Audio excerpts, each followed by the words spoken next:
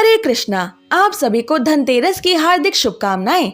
आज की इस वीडियो में हम आपको सुनाएंगे धनतेरस 2024 की संपूर्ण कथा। साथ ही आप कथा के अंत में सुनेंगे भगवान धन्वंतरी की आरती, जिसे धनतेरस के दिन सुनने वाले व्यक्ति को माता लक्ष्मी और भगवान धन्वंतरी की विशेष कृपा मिलती है। साथ ही आयुर्वेद के भगवान धन्वंतरी जी के आशीर्वाद से ऐसा व्यक्ति सदा स्वस्थ और निरोगी रहता है। साथ ही इस कथा को धनतेरस के दिन सुनने से घर में मौजूद धन समृद्धि में 10 गुना वृद्धि होती है।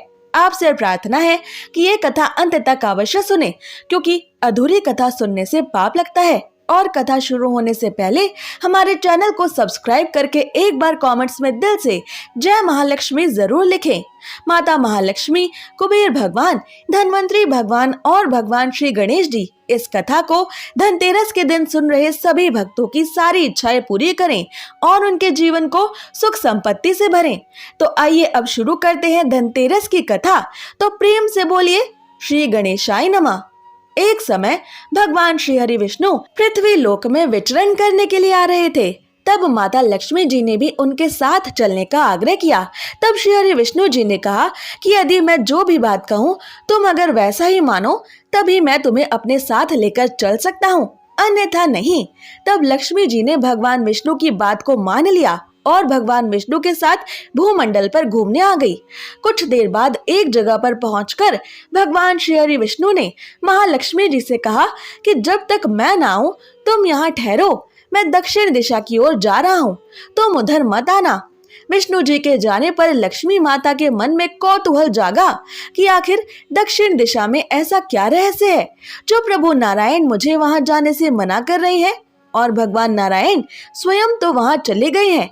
लक्ष्मी जी से अब रहा नहीं गया और जैसे ही भगवान श्री हरि विष्णु आगे बढ़े, लक्ष्मी माता भी उनके पीछे पीछे चल पड़ी।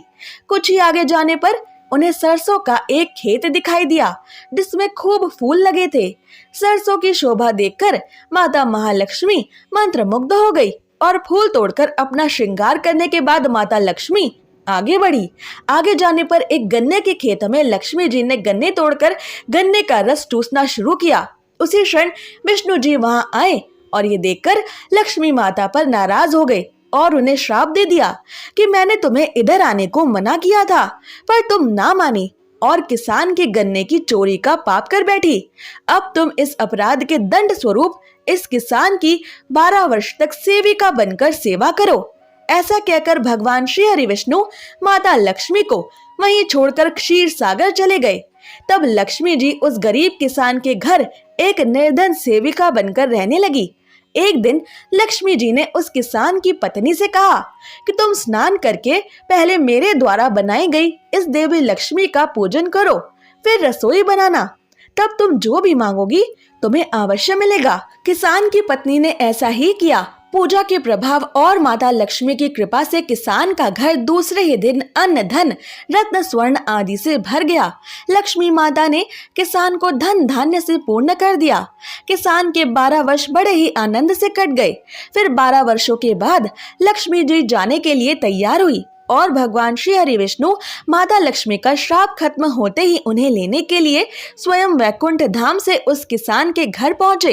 तो किसान ने माता लक्ष्मी को विष्णु जी के साथ भेजने से इनकार कर दिया। तब भगवान श्री हरि विष्णु ने किसान को समझाया कि इन्हें भला कौन जाने देता है, ये तो चंचला है, कहीं नहीं ठहरती, इनको बड़े बड़े नहीं रोक सके।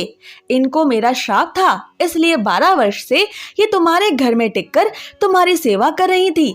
तुम्हारी 12 वर्ष की सेवा का समय और मेरा दिया हुआ श्राप अब पूरा हो चुका है, इसलिए अब देवी लक्ष्मी को अपने घर से आपको जाने ही देना होगा। तब किसान हठ पूर्वक बोला कि नहीं, अब मैं लक्ष्मी माता को नहीं जाने दूंगा। तब लक्ष्मी जी ने कहा कि हे किसान, यदि तुम मुझे रोकना चाहते हो तो मैं जैसा कहूँ वैसा करो। कल तेरस यानी त्रयोदशी तिथि है। तुम कल घर को लीप पोत कर स्वच्छ करना, रात्रि में घी का दीपक जलाकर रखना और सायंकाल में मेरा पूजन करना और एक तांबे के कलश में रुपए भरकर मेरे लिए रखना। मैं उस कलश में निवास करूंगी, किंतु पूजा के समय मैं तुम्हें दिखाई नहीं दूंगी। इस दिन एक दिन की पूजा से वर्ष भर मैं तुम्हारे घर से नहीं जाऊंगी। ये कहकर माता लक्ष्मी उसी समय दीपकों के प्रकाश के साथ 10 दिशाओं में फैल गई अगले दिन किसान ने लक्ष्मी जी के कथन अनुसार पूजन किया और उसका घर दोबारा से धन धान्य से पूर्ण हो गया।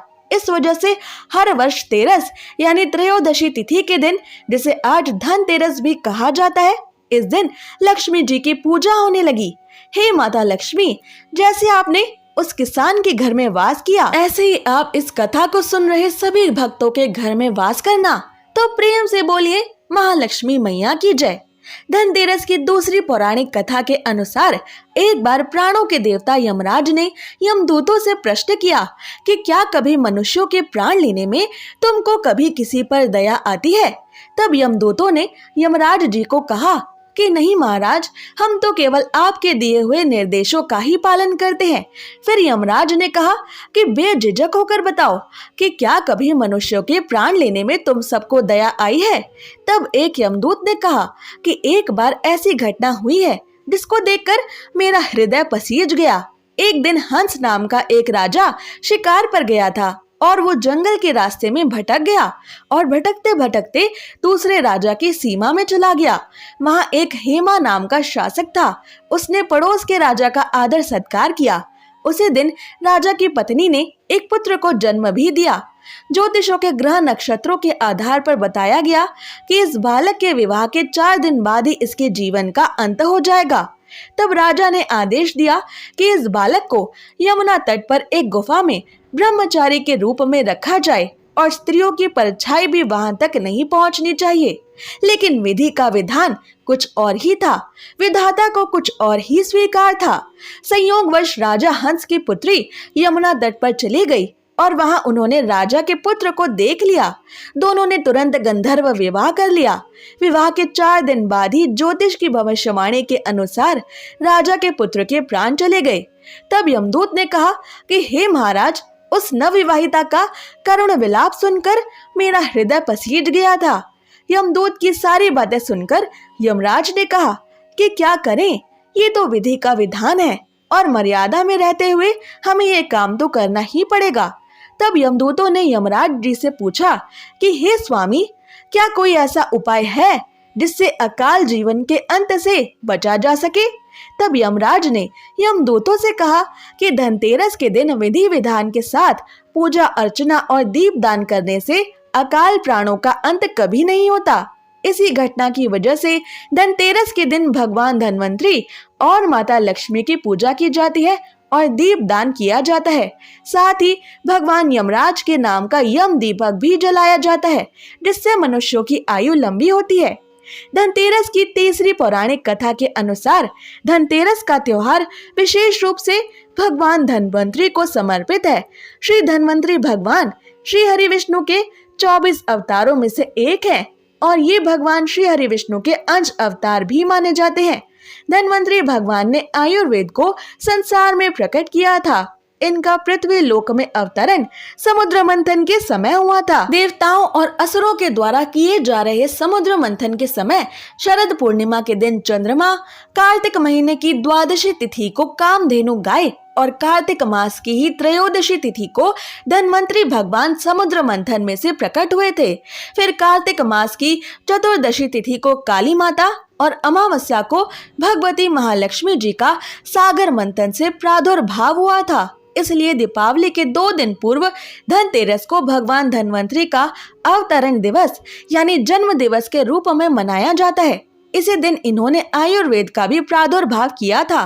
भगवान धन्वंतरी की भी भगवान श्री हरि विष्णु की तरह 4 भुजाएं हैं। भगवान धन्वंतरी अपनी ऊपर की 2 भुजाओं में शंख और चक्र धारण किए हुए हैं, जबकि 2 अन्य भुजाओं में जलुका और औषधि तथा दूसरे में अमृत कलश लिए हुए हैं। इनकी प्रिय धातु पीतल मानी जाती है, इसलिए धनतेरस के दिन पीतल आदि के बर्तन खरीदने की परंपरा भी है।